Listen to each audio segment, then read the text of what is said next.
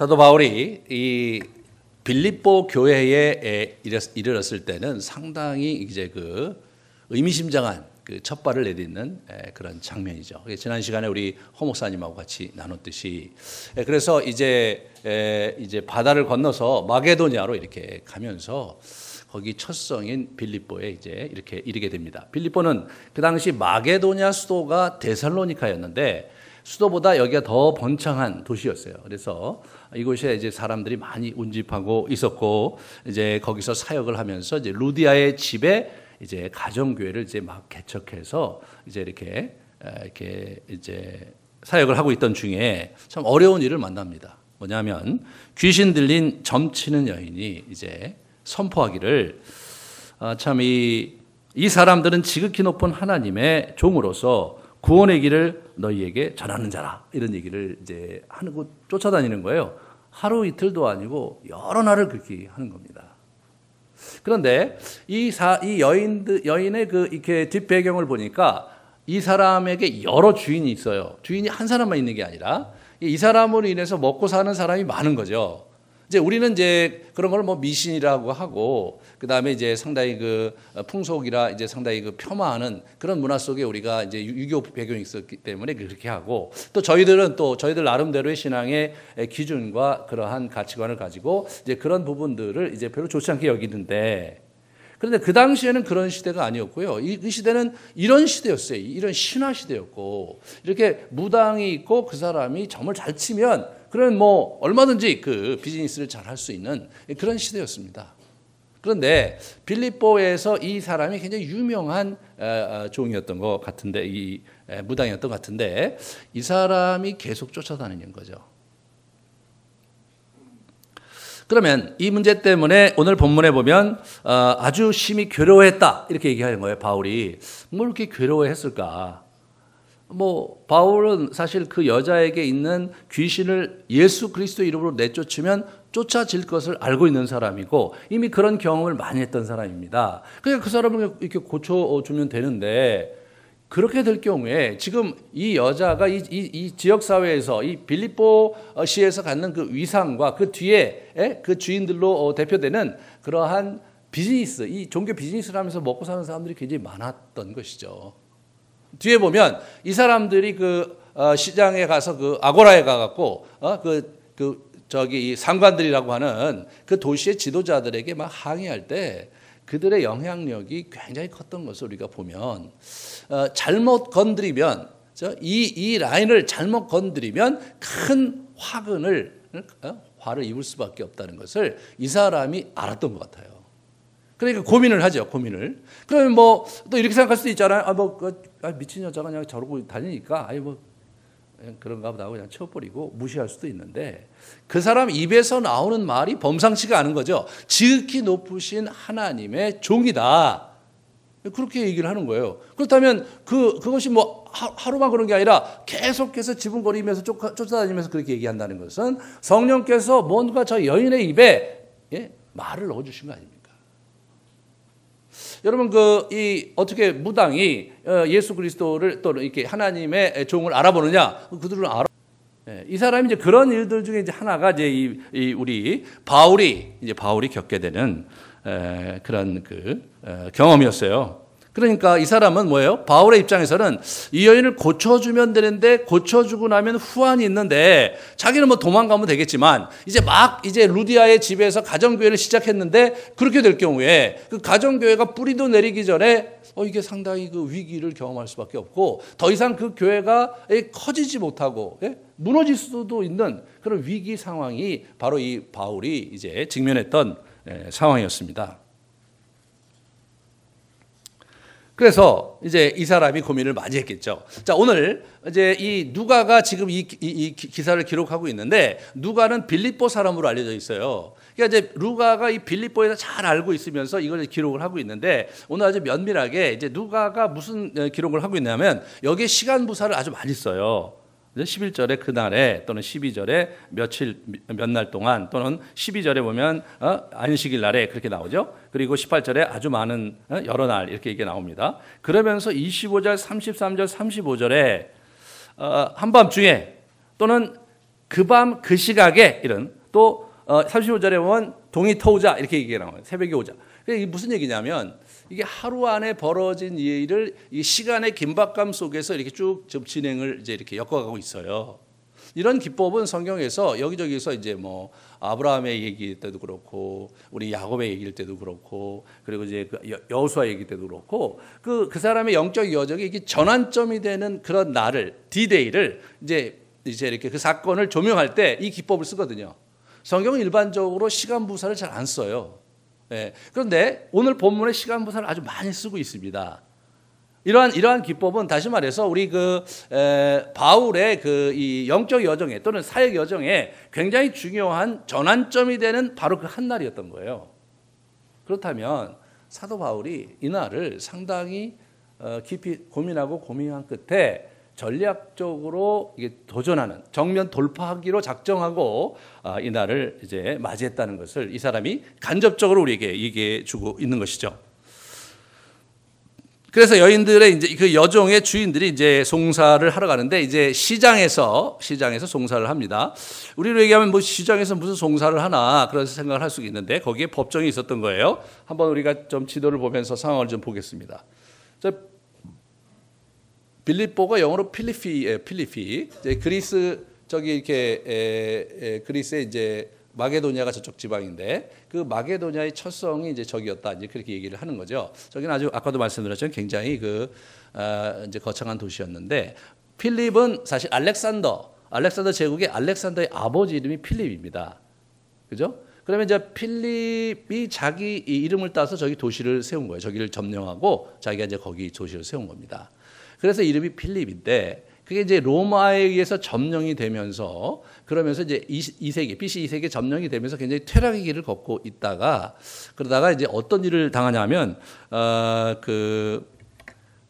BC 42년에 아주 중요한 사건이 그 빌립보 근처에 있는 평원에서 일어나게 된 큰 전쟁이 있었는데 줄리어스 시저를 암살한 브루투스 일당이 이제 저쪽에 이제 세를 규합해 갖고 옥타비아누스가 이제 우리 줄리어스 시저의 아들로서 아우구스투 대제가 되는 그 아들로서 이제 집권을 로마에서 하고 있으면서 저기서 이제 양측의 군대가 다 격돌을 하는 게 바로 저기였습니다. 실제로 역사가들에 의하면 그때 이 브루투스 이쪽이 진영이 훨씬 더 숫자도 많았고 그리고 장비도 아주 좋았는데 이상하게 이 옥타비아누스가 와서 대결을 했는데 그리고 옥타비아누스는 사실은 전쟁에서 성장하지도 않은 그런 약간 좀 여자 같은 그런 유약한 사람인 줄 알았는데 얕보다가 완전히 당해서 아주 처참한 패배를 브루투스가 이제 이렇게 하고 저기서 이제 옥타비아누스가 자기 아버지의 원수를 갚은 그런 전쟁이 저 근처에 있었어요. 그래서 빌립보를 이 옥타비아누스 아우구스투 대제가 로마 콜로니 식민지로 이제 만드는 거예요. 그럼 로마 식민지로 만드는 것 자체가 우리 근대 우리가 경험했던 식민지 개념과는 달리 로마의 특별 대우를 받는 곳이었어요. 그래서 저 빌립보는 로마 시민권을 다 줬어요, 거기다가. 그리고 자치 정부를 갖게 해서 여기 상관들이라고 표현되어 있는 그런 이제 토 세력들에게 또는 귀족들을 해서 이렇게 자치 세력을 이렇게 자치 지도자를 만들어서 자치 기구로 운영되고 있었던 그런 도시였어요. 저 당시 로마 시민권을 가진 것만으로도 대단한 영광인데 빌립보 시민권을 가진 사람은 로마 시민권을 자동적으로 얻을 수 있었으니까 뭐 대단한 거 아닙니까? 예, 그 당시 대단한 거죠. 그러니까 이 사람들이 굉장히 자기들이 빌립보 시민인 것을 그리고 로마 시민인 것을 굉장히 자랑스럽게 생각하는 그런 상황이고 저 때가 이제 AD 60년 전인데 그러니까 약 한 90년 전에 있었던 그런 전쟁으로 인해서 지난 90년 동안 엄청난 이 혜택을 누리던 그런 그 도시가 빌립보인 거예요. 그 다음에 이렇게 보시면 그 다음에 보여주세요. 저기 이제 산이 저렇게 있고 이랬는데 저런 데가 저기가 이제 빌립보의 지금의 모습인데 예전의 것을 이제 상상을 하면서 어떤 사람이 이제 그렸어요. 그 다음 걸 보여주시면 저것이 이제 그 당시 빌립보에 아마 성이 저렇게 돼 있었을 것이다라고 이렇게 상상도를 그렸습니다. 그 다음 그림을 보여주시면 여기 보시면 이 아고라라는 곳이 이제 시장이라는 뜻인데 저 클로즈업 해주시면 밑으로 쭉 내려보세요. 여러분 이제 눈이 좋으신 분은 보일 텐데 저 중간쯤에 아고라가 있어요. 아고라가 다시 말해서 시장이 그 주변에 보면 주요 그 도시 건물들이 있는 거예요. 관청도 있고 법정도 있고 예, 광장도 있고 그 아고라거든요. 그 다음에 이렇게 넘겨보세요. 넘겨보세요. 그 다음 이제 사진을 보여주시면 예. 저게 이제 아고라 터예요. 그러니까 이제 뭐냐면 굉장히 광장이 있는데 거기가 이제 굉장히 관청들이 많고 주요 시설들이 있는 거예요. 우리로 얘기하면 시청 앞 광장 정도 또는 우리 경복궁 앞에 있는 커다란 광장 그런 정도 되는데 거기 법정이 있는 거예요. 그래서 이 사람들이 와서 그 앞에서 많은 무리들이 보는 앞에서 정식으로 고소를 하는 거예요. 고발을 하는 겁니다. 이제 그러면서 일이 크게 이제 번지는 거죠. 거기 보시면 이들이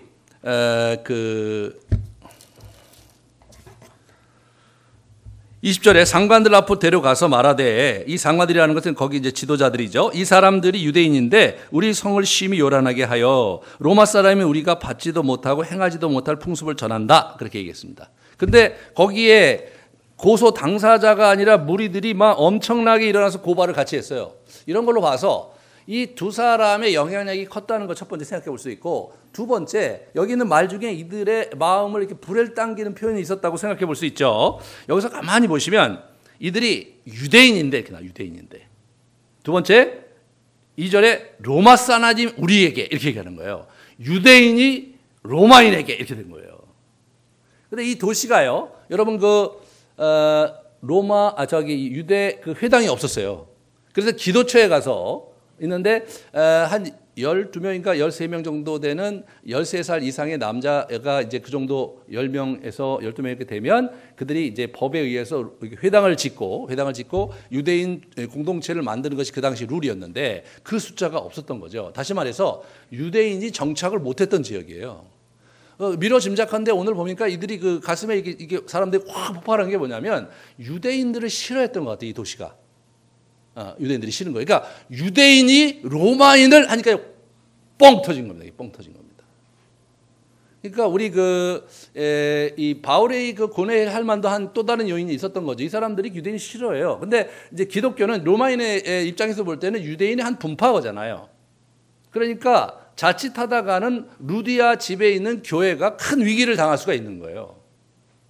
그래서 이 사람이 이제 이거를 이제 정면 돌파하려고 했다가 지금 법정에 이제 서게 돼서 결국 이제 굉장히 커다란 어려움을 겪게 되죠. 상관들이 일어나서 옷을 찢어 벗기고 매로 치라 이렇게 얘기합니다. 매를 맞아요. 그리고 옥에 갇힙니다. 이런 면에서 볼 때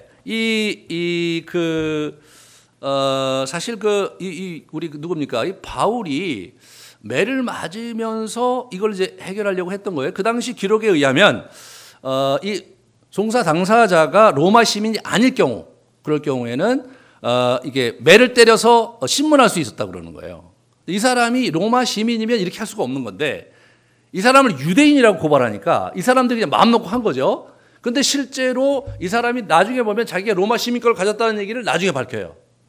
만약 이 장면에서 본인이 처음에 법정에 있을 때 사람들이 마구 때리고 마구 고발을 하고 그랬을 때 때리라고 옷을 벗기라고 그랬을 때 내가 로마 시민권이 있는 사람이다 이렇게 얘기를 했으면 사실은 매를 안 맞아도 되는 거예요. 일이 약간 다른 형태로 가는데 로마 시민일 경우에는 정식 재판을 거쳐서 이제 그 사람의 죄값을 치르게 하는 그런 형태로 진행이 되는 거거든요. 근데 그 과정을 이 사람이 안 받고 그냥 일단 몸으로 때우는 거예요.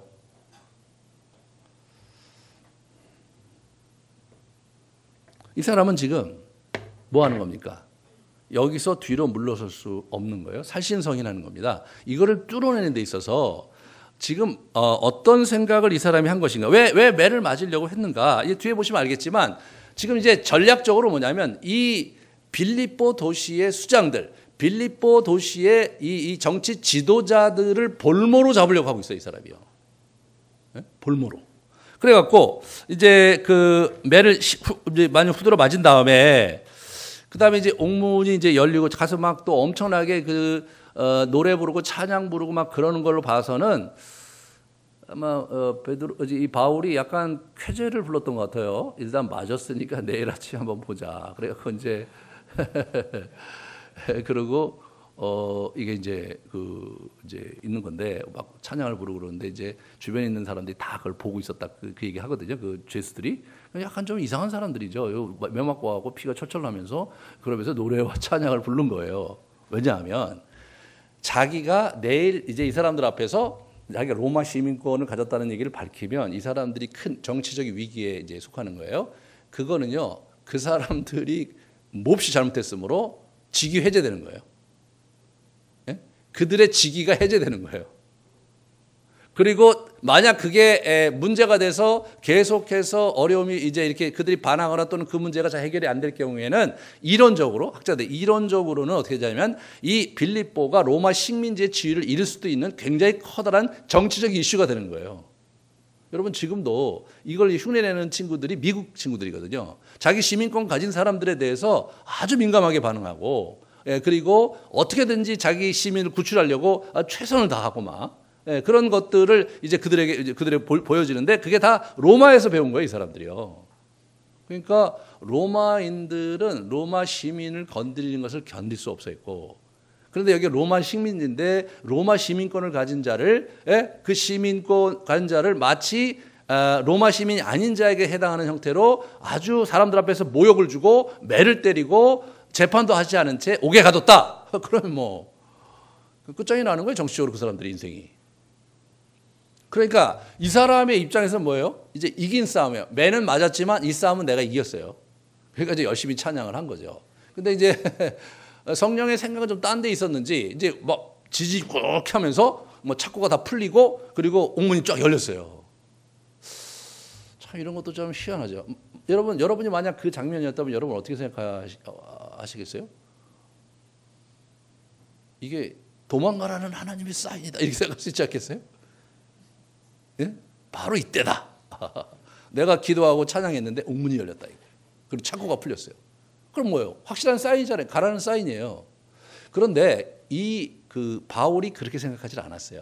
여기서 자기가 도망가면 자기가 워낙 목표로 했던 빌립보 교회를 뿌리내리게 하는 일은 전략적인 실패죠. 그리고 생각을 해보면요, 여러분, 이분이 아니 나는 내일 그냥 내 발로 걸어 나갈 수도 있고 지금 절호의 찬스가 있어요. 절호의 찬스잖아요, 지금. 그런데 이걸 다 열어놓고 나를 왜 굳이 내보내게 하려고 하실까? 굳이 그러지 않아도 자기는 살 길이 있고 돌파구도 있고 이제 자기가 이긴 게임인데 그러면서 이 사람이 생각을 했던 것 같아요. 그리고 간수가 와서 이제 와 보니까 막 문이 다 열리고 있고 그러니까 자살 자결하려고 하죠. 왜냐하면 그 당시에 로마법에 이 죄수가 도망가면 그 사람 죽였어요. 우리 사도행전 12장에 그게 나옵니다. 한번 볼까요? 예. 이제 그 베드로가 똑같이 착고가 풀리고 문이 열려서 이제 도망 나왔고요. 베드로는 도망 나왔어요. 잘했죠. 예? 도망 나왔는데 19절에 보면 헤롯이 그를 찾아도 보지 못하며 파수꾼들을 신문하고 죽이라 명하라. 예? 파수꾼들을 죽이라고 그랬어요. 저 시대는 그게 법인 거예요. 그럼 어떻게 됩니까? 자기가 나아가면 저 간수장은 죽어요. 죽어. 근데 이제 여기 오늘 보면 이제 사람이 도망가지 않고 죽이려고 그래. 자기 자살하려고 그래요. 그러면 밤이니까 이제 안에서 이분이 그걸 알아차리신 거죠. 아마 밖을 시끄럽고 뭐 나 이제 죽어야 되겠다 그러고 주변에서 말리고 뭐 그랬겠죠. 그러자 이제 이 사람이 우리 바울이 우리 여기서 도망가지 않고 있으니까 당장 칼을 내려라. 그런 얘기를 한 거죠.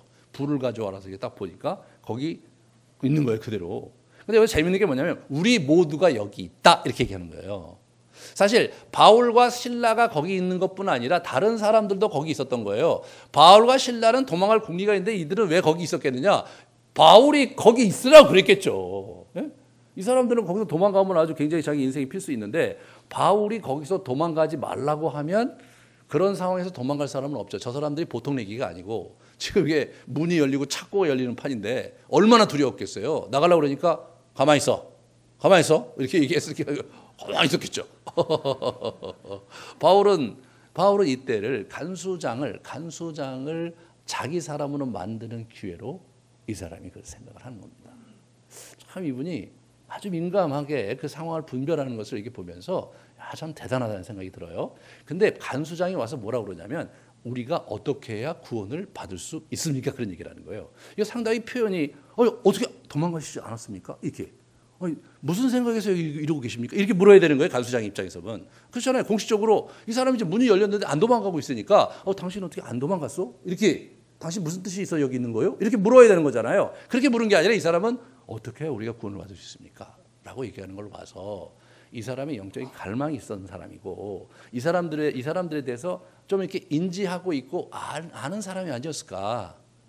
그러니까 거기서 주 예수를 믿어라. 그래야면 너와 내 집이 구원을 얻으리라. 막 이 말씀을 그 유명한 말씀 여러 가지 교회 보면 막 벽에 많이 붙어 있는 그 유명한 문구가 여기 나오는 거죠. 여기 나오는 거예요. 그래서 이제 이 간수가 이제 그 놀래갖고 이제 어떻게 됩니까? 거기서 이제 설교를 합니다. 오늘 본문에 보시면요. 거기가 아주 굉장히 재미난 장면이 이렇게 나오는데 32절에 주의 말씀을 그 사람과 그 집에 있는 모든 사람에게 전했어요. 그러니까 그 시각에 다 나와 있는 거예요. 그 밤에 간수가 그들을 데려다가 그 맞은 자리를 씻어줬다. 그러니까 아마 집과 이 사람이 간수가 관사에 살았던 것 같고요. 그리고 이제 그 죄수 놀르는 이런 감옥이 붙어 있었던 것 같아요. 그래서 이제 이 사람들이 이제 다 나와서 눈이 휘두르면서 보고 있는데 거기서 너와 내 집이 구원을 받으리라 그래갖고 이제 사람들이 모여서 설교를 듣는 거죠. 불을 펴놓고 설교를 듣는 거예요. 근데 그 장면이 굉장히 아주 기괴한 장면입니다. 죄수가 앞에서 막 설교를 하는데 옷은 다 찢겨 있고 여기저기 막 피가 막 난자하고 여기 뭐 머리는 막 이렇게 흐트러져 있고 말이에요. 그리고 바울이 그렇게 잘생기지 않은 사람이었거든요. 그래서 키도 이렇게 자그마한 데다가 이게 눈썹이 일자로 붙은 사람이라고 이제 전생에 나오거든요. 그런 사람이 막 떠앉아하고 막 이렇게 하는 거죠.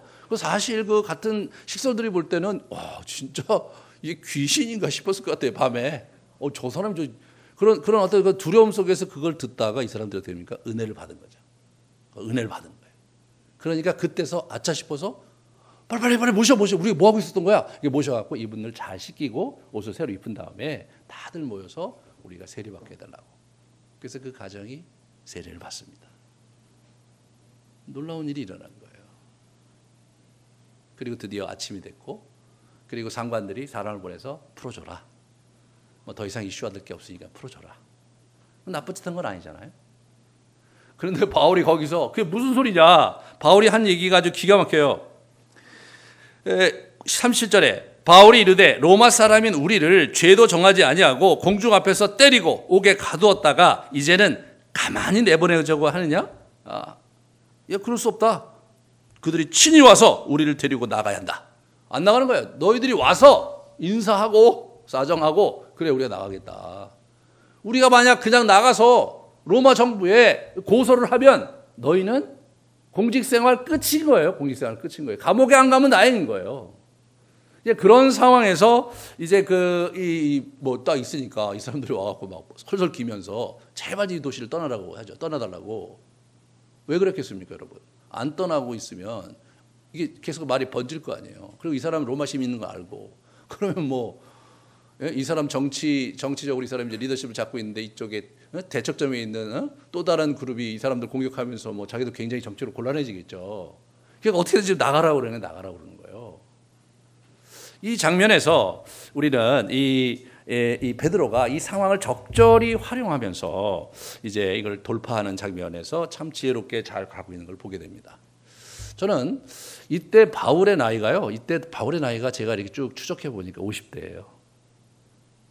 50대인데 이 사람이 매맞는 계책을 가지고 교회를 세우려고 했단 말이죠. 이게 이제 50대 이상이신 분들 잘 들어보세요. 이게 보통 일이 아니죠. 이게 30대가 한 일이 아니에요. 50대가 한 일이에요. 제가 이번에 이제 그 영성여행 이제 가갔고요. 제가 이제 과거에 아주 10여 년 전부터 뭐 15년 전이죠. 이렇게 거기서 이제 많이 이제 제가 영성여행을 했었는데 제 있던 단체에서 학생들과 또 청년들을 데리고 그러면 이제 뭐 여행하면서 뭐 상담도 하고 그리고 복음 말씀도 많이 전하고 강의도 많이 하고 그랬는데 특별히 기차에서 강의를 제가 많이 했거든요. 기차에서 이제 그 침대 칸을 타갖고 이제 가면서 거기서 수련회를 이제 뭐 설교도 하고 강의도 하고 막 그러면서 상담도 하고 그러면서 이제 밤새도록 가는 거거든요. 이번에도 이제 이제 옛날 추억을 살려서 이제 기차를 이제 탔는데 8시간 정도 타는 거거든요. 그래서 이제 설교를 몇 편 하려고 이제 가갖고 시작을 했는데 두 편째 되니까 힘이 빠져서 못하겠더라고요. 이게 아니 옛날에는 여기 이보다 더 많은 20명 정도 되는 사람도 이게 내가 여기서 앉아갖고 막 하루 종일 강의를 했었는데 그래서 사람들이 이렇게 이제 이게 침대칸이 있으면 여기 제가 이제 여기 그 복도에서 조그만 의자가 있거든요. 앉아갖고 이제 계속 이제 설교하고 그러면 여기 이제 그 중국 사람이 지나다 훌쩍 보고 조용히 피해서 다니고 막 그렇게 하면서 그 사람들이 왔다 갔다 하는데도 흐트러지지 않고 제가 강하게 여러분 믿기지 않겠지만 이게 제가 그걸 거기서 그걸 했거든요. 하루 종일 했어요. 하루 종일. 근데 이번에 2개를 했는데 도저히 안 되더라고요. 그래서 제가 차창을 보면서 야 산천은 변함이 없는데 세월이 내 젊음을 앗아갔구나. 막 굉장히 화가 나는 거예요. 그래갖고 안 되겠다 싶어서 강의라도 해야 될 것 같아서 이렇게 모아갖고 우리 저기 샘과 그레이스한테 이번에 제가 항상 기도 영성 세미나에서 했던 내용을 이제 강의하고 싶어서 거기 앉혀놓고 강의를 이제 그 밑에서 이렇게 원하는 사람 2-3명 이렇게 더해갖고 이제 강의를 하면서 했는데 하다가 중간에 그만뒀어요. 이거 힘들어서 못하겠더라고요. 내가 힘드니까 이 친구들 재미없어 하고 그러니까 분위기가 계속 이상해져갖고 제가 그걸 그만뒀거든요. 또다시 창밖을 내다보면서 지나가는 세월을 탓했죠. 그러면서 저는 이 설교를 준비하면서 이 사람은 도대체 기차 화통을 삶아본 사람이 뭐 하는 사람이냐. 어떻게 50대에 죽어라고 매맞을 각오를 하고 피투성이 된다 할지라도 내가 이 길을 뚫어내겠다고 어떻게 그런 투지를 갖고 있었냐. 지독한 사람이다. 이 사람 정말 지독한 사람이다. 근데 또 이 사람의 입장에서 한번 가만히 생각해 보니까요. 뭐냐면 자기 젊은 날에 정말로 이제 그 랍비 교육을 받으면서 하나님을 위해서 열정을 불태우다가 근데 정말 그 이단이 나타나서 이단의 괴수 예수가 나타나서 예수의 추종자들 갖다가 잡아 족치고 죽이고 막 이런 나쁜 짓을 굉장히 많이 하다가 다메섹에서 예수를 만났어요. 그러면서 자기 인생을 정말 너무 자책을 하면서 다시 이렇게 복음을 열심히 전하는데 사람들이 자기를 죽이고 싶어해. 그래서 다메섹에서 쫓겨나고 그리고 예루살렘에 가고 가까스로 거기 있는 사도들과 교제를 바나바의 도움으로 했는데 거기서도 쫓겨났죠. 그래갖고 다소에 10여 년을 있었어요. 이 사람이 고향에 가서. 그러면 이분이 얼마나 답답했겠어요. 이렇게 열정이 많은 사람이 여러분 40대를 그냥 자기 시골에 가서 세월을 보낸 거예요. 그리고 하나님께서 예수님이 자기 부르셨고 뭐 책도 읽고 막 나름대로 묵상하고 기도 생활을 했지만 뭐 자기가 일할 기회가 없는 거잖아요. 그런 세월을 10년 보내다가 정말 고마운 사람 바나바가 나타나서 같이 사역을 하자. 그리고 열심히 가갖고 이 사람이 얼마나 열심히 했냐면 1년 동안 바나바하고 사역했다가 그냥 그 사람들이 너무나 교회가 커져갖고 그리스도인이라는 이름이 거기서 생긴 거 아닙니까? 이 사람의 열정에서 생긴 거예요. 예? 그 사람이 10년 동안 막 가슴에 울분을 갖고 있다가 막 엄청나게 열심히 쫓아다녀갖고 그 바나바는 몇 년 동안 일했는지 모르지만 바나바가 사역을 했지만 참 좋았지만 그러나 그리스도인이라는 별명을 얻을 정도는 아닌데 이분이 엄청나게 떠벌리고 다녀갖고 결국은 그런 일이 벌어진 거잖아요. 그리고 1차 전도여행을 이분하고 같이 갔다 왔는데 이제 그놈의 마가 때문에 자기 그 선배와 갈라선 거죠. 물론 그때는 자기가 원칙에 가지고 이게 말이 안 되기 때문에 부딪혔지만 시간이 흐르면서 자기 마음을 얼마나 괴롭혔겠습니까? 얼마나 자책했겠어요. 나중에 그 마가에 대한 애정을 가지고 마가와 관계를 회복한 것만 보아도 이 사람이 바나바와 이제 이렇게 했던 시간을 얼마나 그 힘들어했을까 이런 거를 이제 볼 수가 있고요. 참 재미난 것은 바나바는 다시는 바울을 만나지 않았어요. 다시는 바울. 제가 볼 때 제 미로 짐작하는데 이 사람은 계속해서 바나바에 대한 기대도 있었고 그러니까 마가도 데려가고 얘기를 하는데 죽을 때까지 바나바 얘기를 안 해요. 마가 얘기를 해도 바나바가 돌아선 것 같아요. 바나바는 애니어그램으로 볼 때 가슴형 2번인 사람이고 이 사람은 장형 1번인 사람인데 둘이 부딪혀갖고 바나바가 완전히 마음을 내려놓고 인생에서 지웠던 것 같아요. 근데 실제로 바울이 그게 얼마나 큰 자책이 됐겠어요. 그래서 지금 그래갖고 막 나름대로 이제 사역을 자기가 신라와 새로 팀 꾸리고 디모데 만들어갖고 팀을 꾸리고 왔는데 계속해서 성령께서 막으셨잖아요. 그 얼마나 힘들었겠어요, 자기가. 그 바나바가 세운 지역에 가서 사역이 되는데 자기가 새롭게 사역을 하려고 그러니까 사역이 안 돼. 전쟁하고 있다가 꿈에 마게도냐 환상이 나타나니까 하나님께서 마게도냐에 나에게 뜻을 두셨구나. 그래서 당장 그걸 갔는데 그래서 세웠는데 그래서 루디아의 집에서 역사가 일어나서 교회를 세웠는데요. 여기서 망하면 그래서 자기가 세운 루디아 교회가 없어진다면 자기가 꼴이 뭐가 되겠습니까? 진짜 힘든 거죠, 이거. 50대인데 하나님을 위해서 내가 일을 시작하려고 시작을 했는데 여기서 또 무너진다? 이 사람이 뒷감당이 안 됐을 것 같아요. 이 사람은 뭐냐면 어떻게든지 이 교회를 여기다가 세워야 된다. 내가 이 교회를 떠날지라도 빌립보에는 확실한 교회를 세워야 된다는 게 이 사람 마음에 정말 가득했던 것 같아요. 그리고 자기 인생의 승부수를 던진 거죠. 내가 여기서 맞아 죽는 한이 있더라도 나는 빌립보를 포기 못하겠다. 이게 이제 이 사람이 갖고 있는 결연한 의지죠. 결연한 의지죠.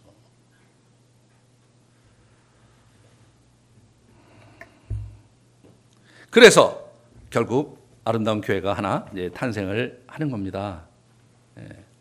이 교회가 이제 여기 보시면 40절에 보시면요. 이 사람이 이제 두 사람이 옥에서 나와 루디아의 집에 들어가서 형제를 만나 보고 위로하고 갔다 이렇게 나오죠. 근데 이제 여기서 이제 이게 재미난 게 뭐냐면 우리나라 성경에는 그게 안 나와 있는데 40절에 주어가 바뀌어요. 그 전에는 우리여다가 여기서 그들로 바뀝니다. 다시 말해서 이 사람이 어떻게 되냐면 거기 남고 저자가 거기 남고 바울과 실라가 떠난 거더라고요, 이게. 그리고 디모데가 이 셋이 떠난 거예요. 그렇다면 무슨 얘기냐? 누가를 여기다 남겨놓은 거예요. 누가는 뭐예요? 빌립보 사람이잖아요. 그러니까 지금 이 교회가 생겼는데 문제가 돼서 정치적 이슈가 생기니까 우리는 떠나는데 외지인인 우리는 떠나지만 그죠? 그 지역 시민권을 가졌던 누가가 거기에 남아서 루디아 교회를 돌보게 했던 거더라고요.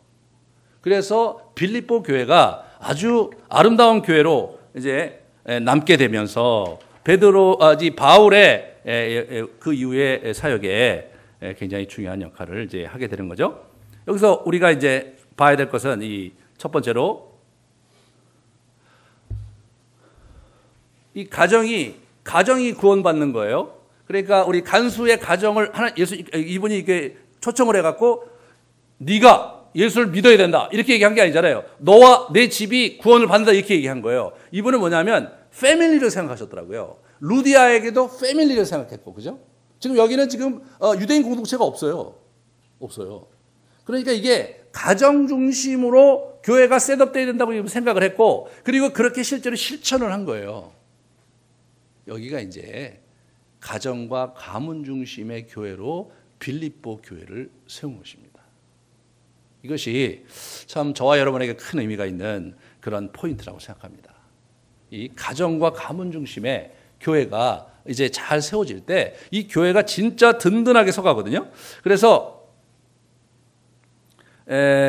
이 바울 선교팀의 후원 체계를 이제 이렇게 재정 후원 체계를 여기서 가지고 있었거든요. 그래 빌립보 교회가 옛날 빌립보서 얘기할 때 빌립보 교회가 바울의 후원 교회였다 그 얘기를 하는데 제가 한번 빌립보에서 근거를 제가 설명해 드릴게요. 보시면 너희 안에 착한 일을 시작하시니까 그리스도 예수의 날까지 이루실 줄을 우리가 확신한다. 그 착한 일을 시작하시니까 우리가 생각할 때 복음 전하는 이런 걸 생각할 수 있잖아요. 그래서 착한 일이라는 게 코이노이냐. 그래서 저게 뭐냐면 이렇게 교제하는 것 플러스 재정 후원하는 것을 얘기하는 거예요. 그래 이런 거예요. 너희 안에서 재정 후원을 시작하신 이가 재정 후원을 하게 하신 일을 시작하신 이가 그리스도 예수의 날까지 이루실 줄을 우리가 확신한다. 그러면서 이게 뭡니까? 내게는 모든 것이 있고 또 풍부하니라. 에바브로 디도 편에 너희가 준 것을 받음으로 내가 풍족했다. 지금 저 편지를 에바브로 디도 가져왔는데 그때 또 후원금을 많이 가져온 거예요. 이 사람이 풍족할 정도로예요. 자, 그런데 그 이전에 어떤 일이 있었냐? 그 다음번 이게 4장, 빌립보서 4장에 보면 이 복음의 시초에 내가 마게도냐를 떠날 때 주고받는 내 일에 참여한 교회가 너희 외에는 아무도 없었다. 거기 교회 데살로니게 교회도 있었고요. 그죠? 여러 교회가 거기 있었잖아요. 아데네 교회도 있었고. 그런데 거기 중에서 후원하는 교회는 빌립보 교회 하나였다는 거죠. 이 누가가 거기서 작업을 했기 때문에 그런 일이 있었을 것이고, 그죠? 근데 이거 보세요. 내 일에 참여한 교회가 너희 왜 아무도 없다? 데살로니가 교회, 그러니까 아데네 교회 이제 가기 전에 데살로니가 가는데 데살로니가 있을 때에도 너희가 한 번뿐 아니라 두 번이나 나 있을 것을 보냈다. 데살로니가 교회 3주 있었어요. 3주 있었을 때 두 번이나 후원금을 보냈어요. 와, 이게 대단한 거 아니에요? 그리고 나서 계속해서 후원하고 있었던 거예요. 이 교회에 누가 있었냐? 간수장도 있었지만 루디아가 있었어요. 루디아가 자주색 옷감 장사죠. 지난주에 설교를 들었겠지만 굉장히 부자거든요. 고급 옷감 장사거든요. 그 당시 이제 처음에는 이게 이제 황제가 입는 옷이었고 자주색이 그 염료가 비싸서 그 다음에 이제 원로원으로 이제 이렇게 확대가 되는데 그 학자들에 의하면 그때 염료를 만들기가 쉽지 않은 시대였잖아요. 그래갖고 조개 2만 마리를 잡아야 옷 한 벌을 물들일 수 있다는 거죠. 그게 고급 옷이죠. 그러니까 여러분 이게 이제 보통 사람은 입을 수 없는 그런 옷인 거예요. 그러니까 여러분과 저 같은 보통 사람이 입을 수 없는 옷이 있잖아요, 그죠? 이렇게 있잖아요. 예. 내가 볼 때는 이제 별거 아닌데 이렇게 들춰보면 막 몇백만 원씩 하고, 지난번에 가보니까 2천만 원 이게 돼, 2천만 원. 그래서 2천 점이 잘못 찍힌가 이거 봤는데. 그러니까 그런 옷이 그런 옷감 장사하는 그 사람들은 그냥 이렇게 늘 그 샵이 보면은 한산하잖아요. 한산해요. 이제 하루에 손님 2명만 와도 그냥 하루 크게 이제 이렇게 장사하실 수 있는 분들이죠. 그런 사람이 루디한 거예요. 이야, 대박이죠, 대박. 그래서 그 루디아가 아주 유력한 그 자금줄이었던 것 같고요. 그래서 그 사람에 의해서 계속해서 후원을 받게 하셨던 것 같아요.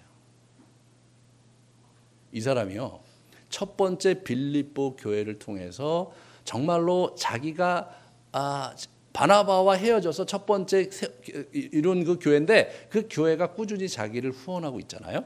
얼마나 격려가 됐겠어요. 하나님께서 자기를 인정하시고 사용하신 강력한 증거이고 그 은혜가 지속적으로 그 빌립보 교회에 있을 때마다 이 사람이 굉장히 기뻤겠죠.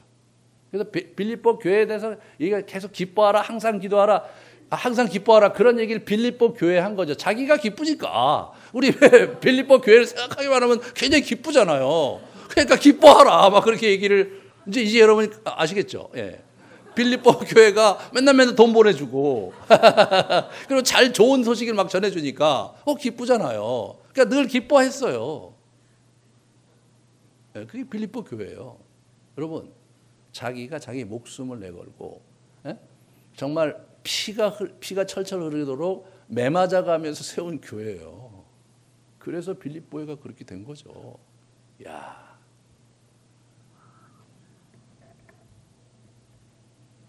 그러고 나서 이 팀워크가 이제 형성이 됐겠죠. 그러면서 강력한 선교팀으로 이제 이렇게 발돋움하게 되는 역사가 저기서 있었던 겁니다.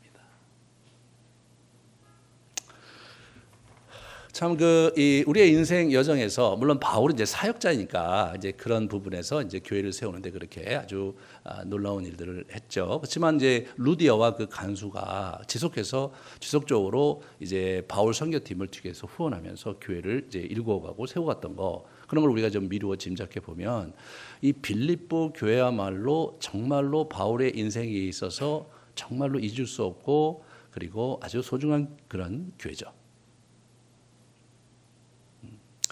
저는 여러분이 이 교회가 그런 교회가 되도록 하시는 것에 대해서 도전하고 싶습니다. 그죠? 이게 우리 인생에 이렇게 그렇게 한번 교회를 아주 잘 세워서 이 교회가 더 많은 교회를 이 땅에 이렇게 세워지게 하는데 기여하고, 그리고 우리 교회에 이제 파송받은 우리 샘과 그레이스처럼 우리 교회에서 그렇게 후원해 준 것에 대해서 너무나 고마워하고 기뻐하고, 예, 그런 일들을 우리가 지속적으로 감당하고 그러면서 우리 인생이 값 있고 가치 있게 하나님께 드려지고 말이에요. 그게 빌립보 교회더라고요. 그 교회를 세우는 데 있어서 이 사람이 매를 맞아가면서 정면 돌파해서 사실은 제가 볼 때는 이제 지도자들이 사실 루디아 교회에서 이사 같이 모였을 텐데 그 교회에 대해서 아무런 그죠? 방해와 또는 아무런 부정적인 그런 기여를 전혀 하지 않았을 거예요. 왜냐하면 그게 이제 만약에 바울이 아무 때라든가 증인이 너무 많잖아요. 그 고발을 하면 그들은 그날로 끝나는 거거든요. 이 바울이 이런 거 보면 상당히 아주 머리가 잘 돌아가는 사람이에요. 그런 걸 꽁하게 이제 갖고 있다가 딱 이렇게 딜을 하는 거죠. 이렇게 인간적으로 하는 게 아니더라고요. 이렇게 내가 너를 믿는다 이런 게 아니라 확실하게 지렛대가 되는 그런 걸 가지고 이제 이 사람이 그렇게 간 거예요. 이게 이 사람의 지혜죠.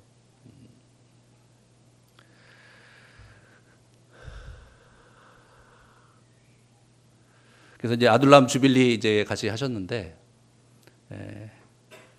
이제 뭐 50대 우리 교회 왔으니까 이제 아름드리 교회가 저도 마찬가지지만 이제 인생의 마지막 교회가 되는 거죠. 정말 이 교회를 통해서 여러분의 인생에 전환점을 가져오시고 또 우리 그 이하의 이제 아직도 어리신 분들은 이제 어리신 분들은 투지를 가지고 바울 50대도 저렇게 사는데 근데 여러분이 매맞이라는 얘기는 안 하겠어요. 감옥에 가라는 얘기 더더욱 안 하겠어요. 하지만 주일학교 봉사도 하고 청소도 열심히 하고 그래서 여러분이 여러분의 재능과 은사를 가지고 하나님을 섬기면서 여러분의 인생을 하나님 나라에서 구축해가는 그런 복된 여러분 되시기를 바라고 여러분을 통해서 여러분의 가문이 여러분의 가정이 예수를 믿고 정말 복의 근원이 되는 가정으로 발돋움하는 교회 그런 교회가 빌립보 교회인데 우리 아름드리 교회가 그런 교회가 될 수 있도록 우리가 함께 힘쓰면서 또 남은 한 해를 보내시기를 주님의 이름으로 축원합니다. 우리 같이 기도하시겠습니다.